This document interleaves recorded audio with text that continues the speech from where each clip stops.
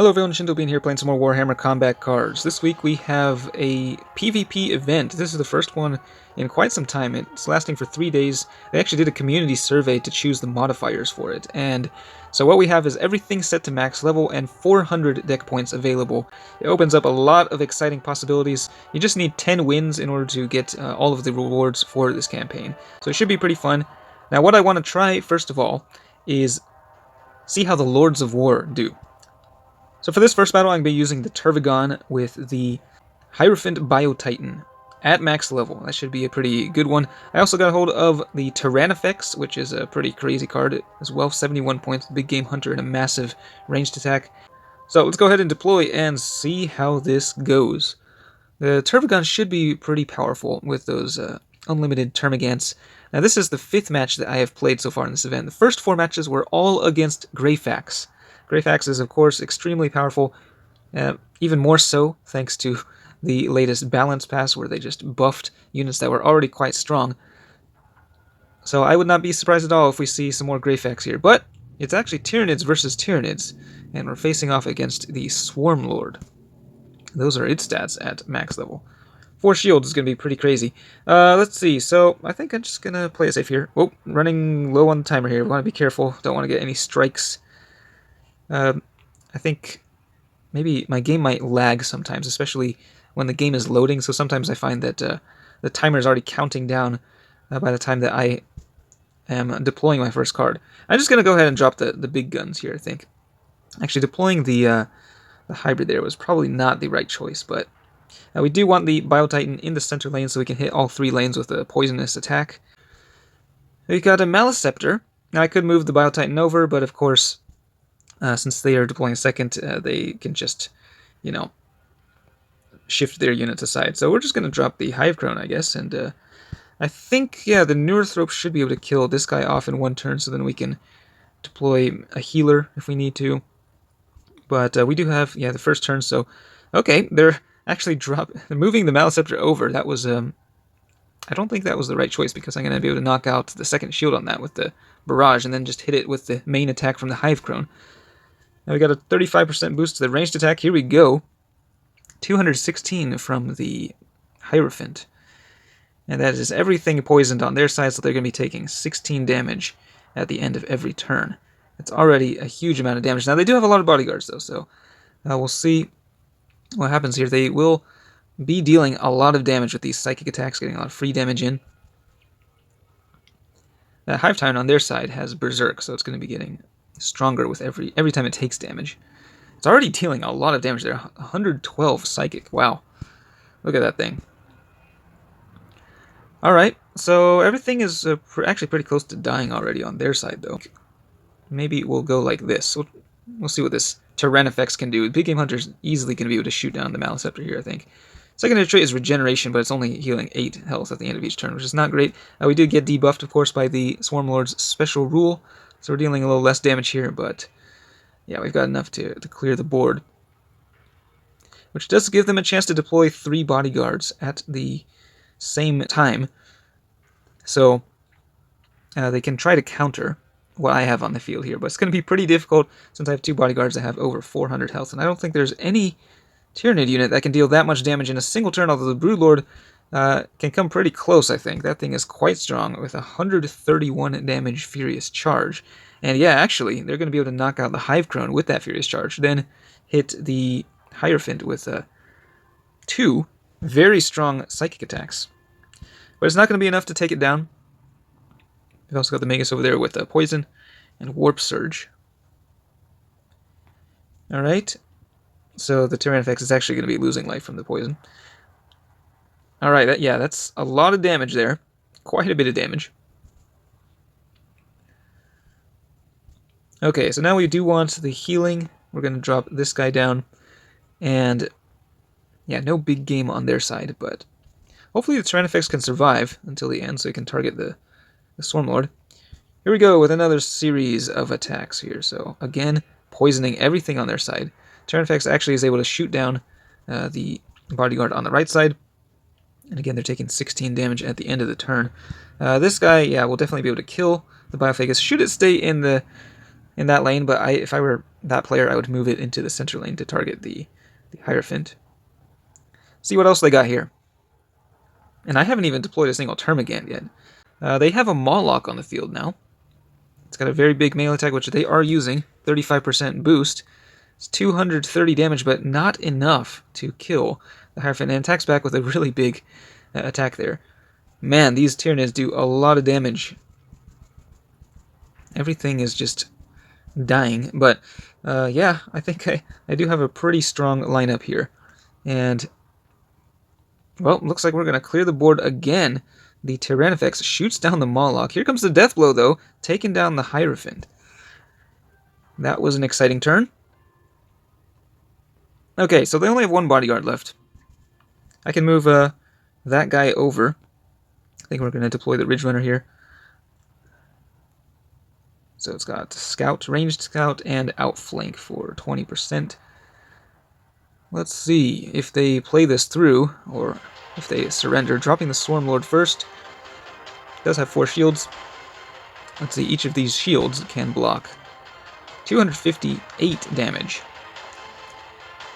Against these max shield things, poison can actually be pretty effective too. They have Old One-Eye, so a mix of melee and psychic. Again, with so many points available, you do have some options when it comes to attack types. They are going psychic here. But the combination of psychic and melee is a bit of an odd one, and it's really not good at all against, just a ranged build like I have here. So we can start dropping the Termagants here. Going to use them to work down the shields on the Swarmlord. And we're just going to keep going ranged. Do have a 58% boost to the ranged attack thanks to the Ridge Runner. We'll see how much damage this Tyrannifex can do. It's going to be quite a bit from the extra damage from Big Game Hunter.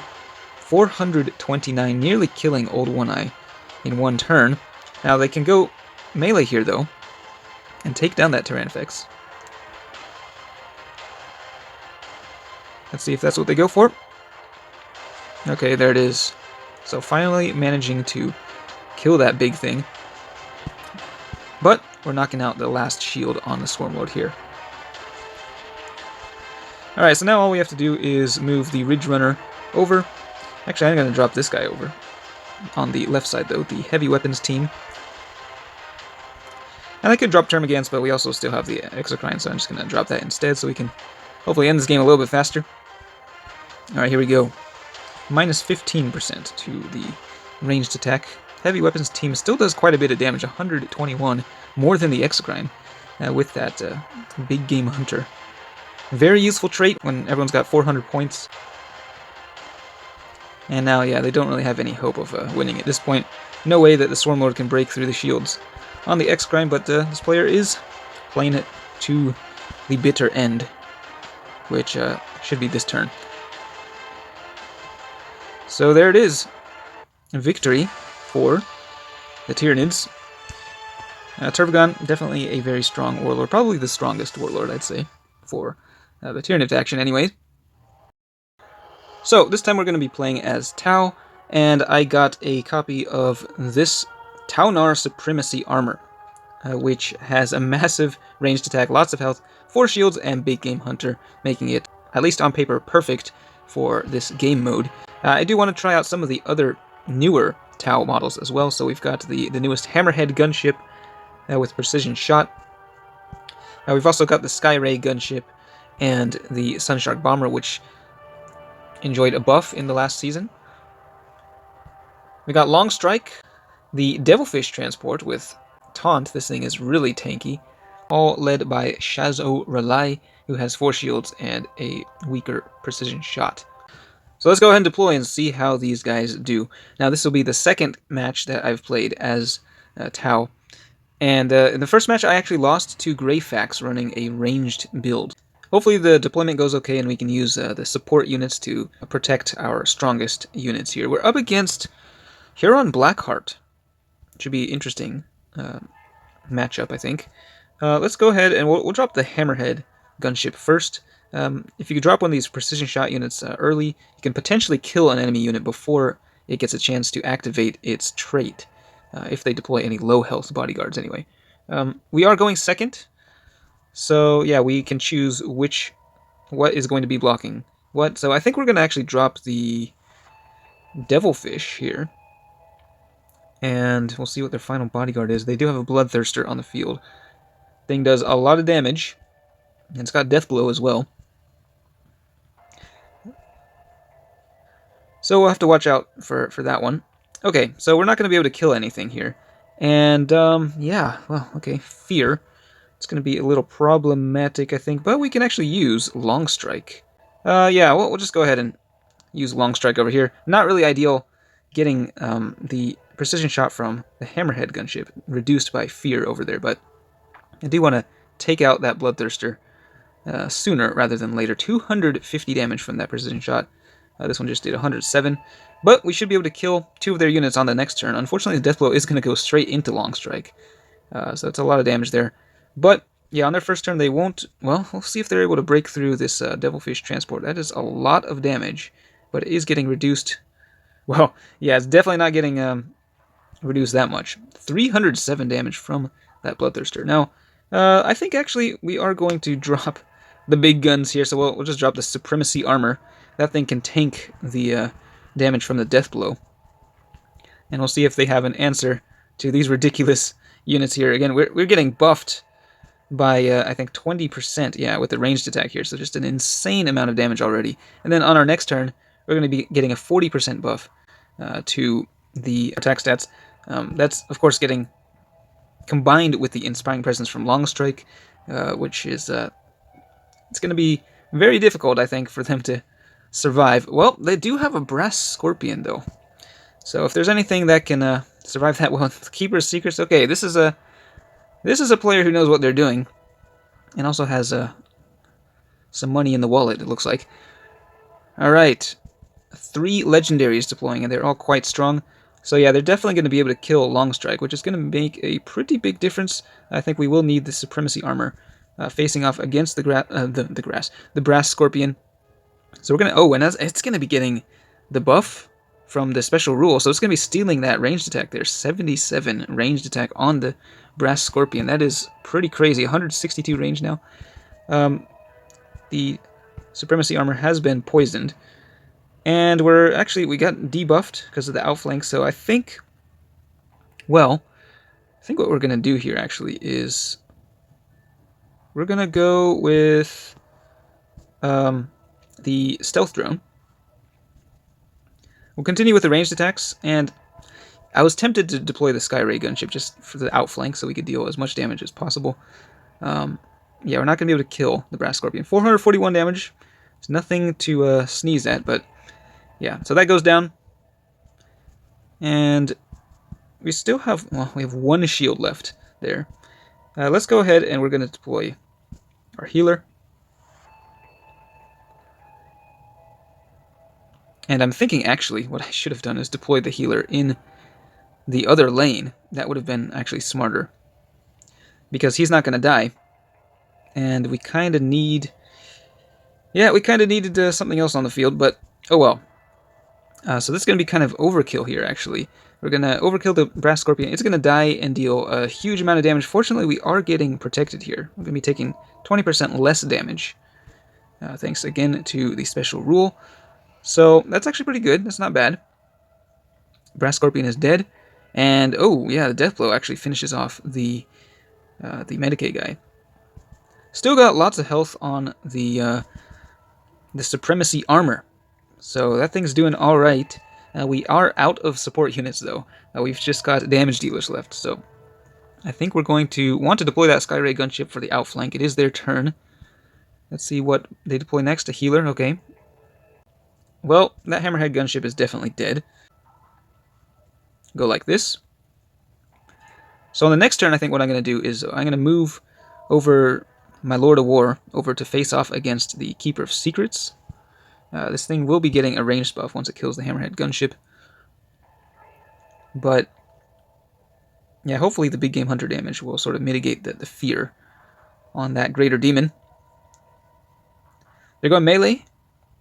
Again, we are taking reduced damage to everything except the Skyray gunship, which just deployed, so it doesn't benefit from the special rule there. It's getting poisoned as well. I forgot about that. It's going to be taking a lot of damage. This Fabius Bile is actually doing some work here. But let's go ahead and hit him with a blistering ranged attack. Once again, we're getting buffed by 20%. Plus, we have a scout as well from the from the Sunshark Bomber. So there's 55% boost to the ranged. That is a pretty good amount of damage, I think. Yes, let's see if it's enough to take out the Keeper. And yes, it is. So that thing goes down, and nearly enough to take out Phoebus Bow, but he does survive. So yeah, now the only thing we have to deal with is their final bodyguard and the Warlord, Blackheart himself. Let's see what they bring out here. Okay, Warlord dropping first. Now, he's got Fear, so he will be taking a lot less damage. Oh, they got Cypher.